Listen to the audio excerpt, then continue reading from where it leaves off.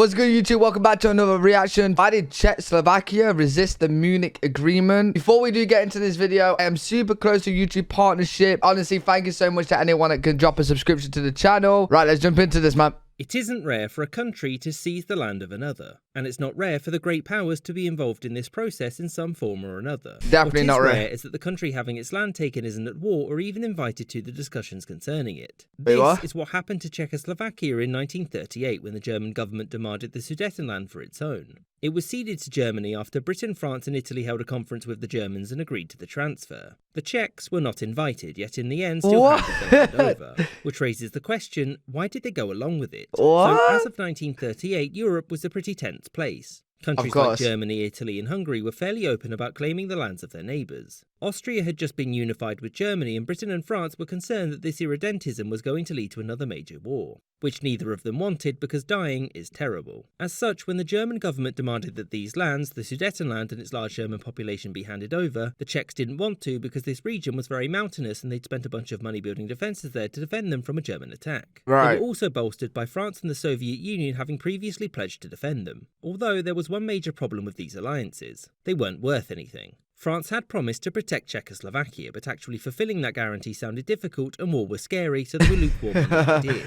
As for the USSR, they didn't share we'll protect you guys if they want to invade you.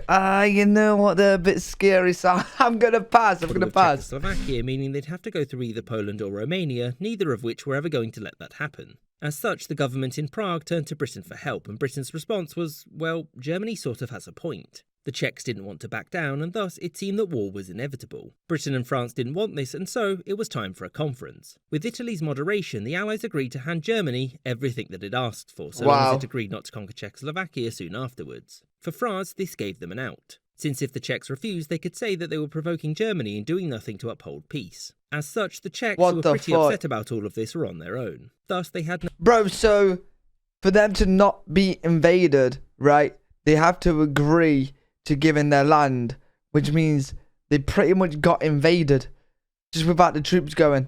What the fuck? No choice but they to got give the robbed territory, since they knew that they couldn't defeat Germany on their own. Something made much more difficult considering that whilst the Munich conference was ongoing, the Polish had marched into the country and taken some land for itself. So with that, the Czechs handed over the Sudetenland, which meant that things were settled then, right? Well, no. Sensing weakness, Hungary opted to settle some territorial grudges of its own. Its government wanted these lands and the Hungarians that lived there, which of course meant that it was time for another conference. This time, Britain and France weren't invited, and shockingly, yet again, it was decided that Czechoslovakia would lose territory. Bro, what the fuck is going on? Bro, Czechoslovakia is going to end up with like a pea-sized country, right? So why didn't they resist this time? Well, they were now in an even weaker position than before. Their best defence against a German attack was now gone, their allies had completely abandoned them, and the government's primary concern was to not die. It was hoped, though, that these embarrassing concessions would preserve peace and at least maintain Czechoslovakia's independence, but fun fact, no.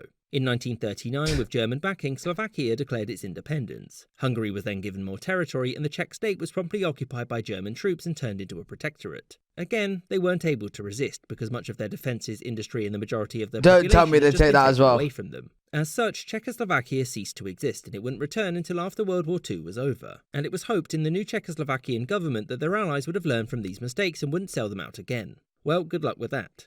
I hope you enjoyed this episode, and thank you.